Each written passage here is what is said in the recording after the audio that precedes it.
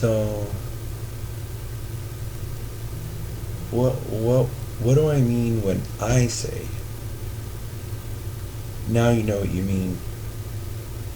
Now you know what I mean when I say, the meek shall inherit the earth. I mean that the strong ways of manipulation in times of scarcity, they're no longer as important. So attitudes of anger and distrust don't make sense in a connected world.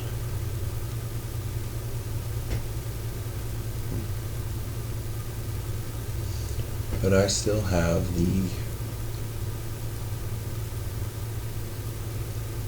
defense and the nature of an animal, because at my very least I do not want to see a bear in the dark,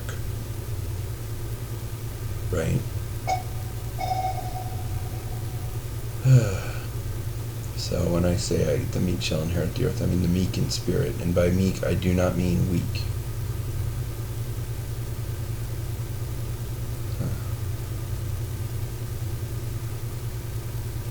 I do not mean a life filled with mirth, not an eternal sunshine world, a reasonable place where discord exists and the purpose of life is just to keep resolving discord. It's a simple enough task. And just, yeah.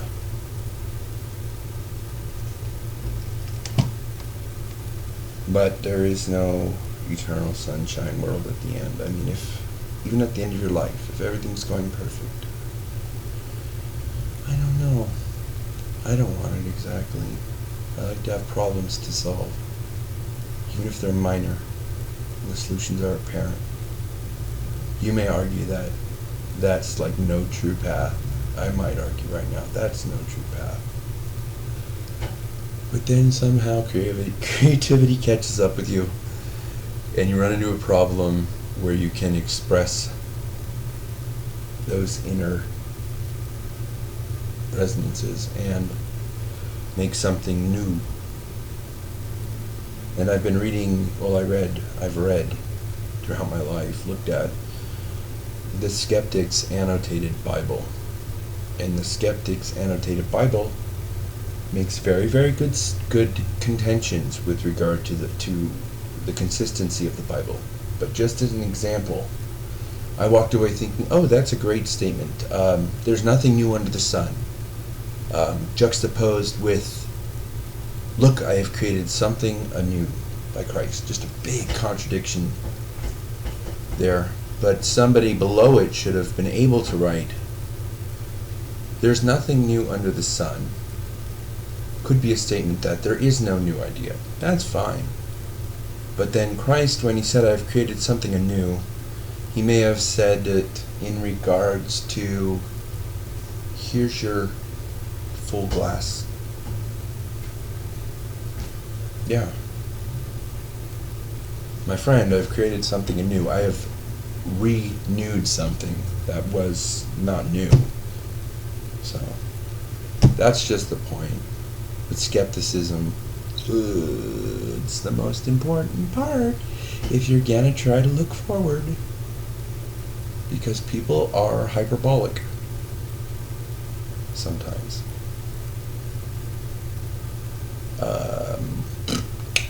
Let's see. Transition into Dancing Weirdo, who shows the promise. Who loves that form and embraces those people who have that form.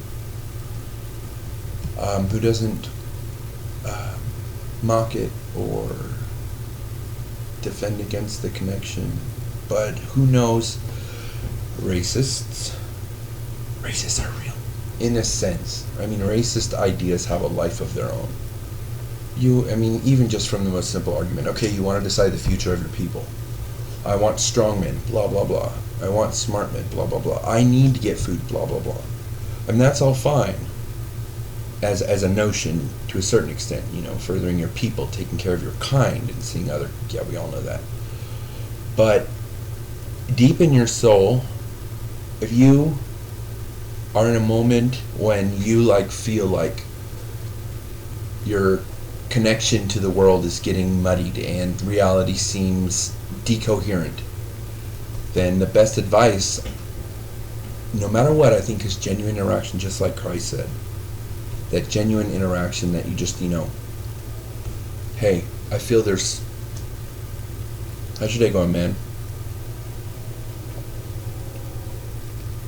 That's what I thought. But still, I gave him that open opportunity, that man who I asked that to, 7-Eleven, who I had some tension with. I said, how you doing, man?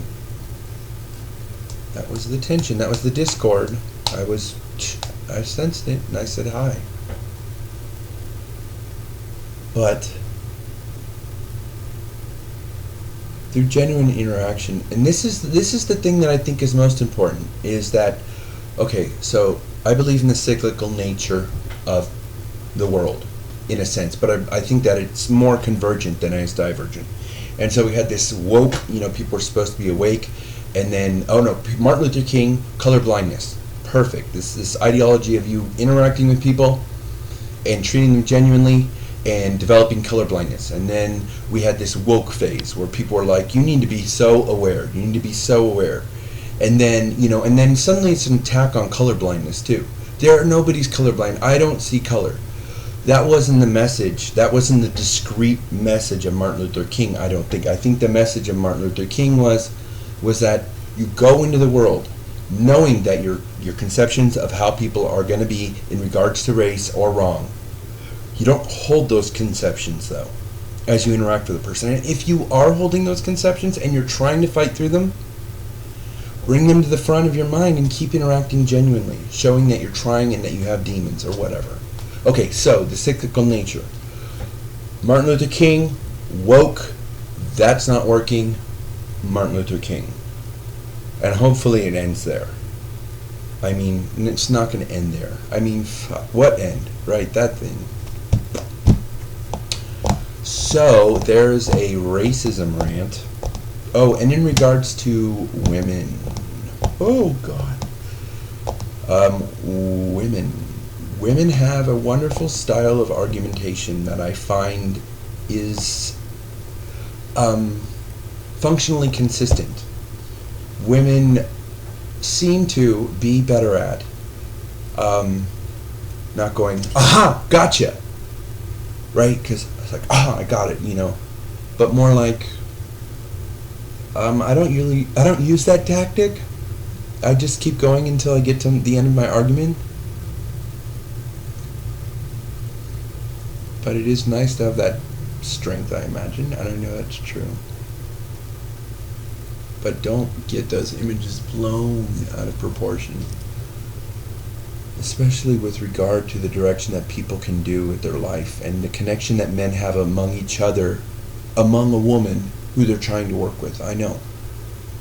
Try to welcome them as much as possible. Honestly, I want to see more female mechanics. Oh, God, this guy, right? And then, like that image of just Catherine Janeway or Joan Ferguson. These women that just owned it as bosses. Catherine Janeway, legit as shit a boss. No shit, right? Voyager. Middle of nowhere, gets all the way back, goes back in time, saves herself. Okay, fuck. Shit. Joan Ferguson from Wentworth. A woman who, in an alternate universe where I have my feminist way, she would have been Hitler with her. It was amazing. So, that was talking about some substantiation, some inductive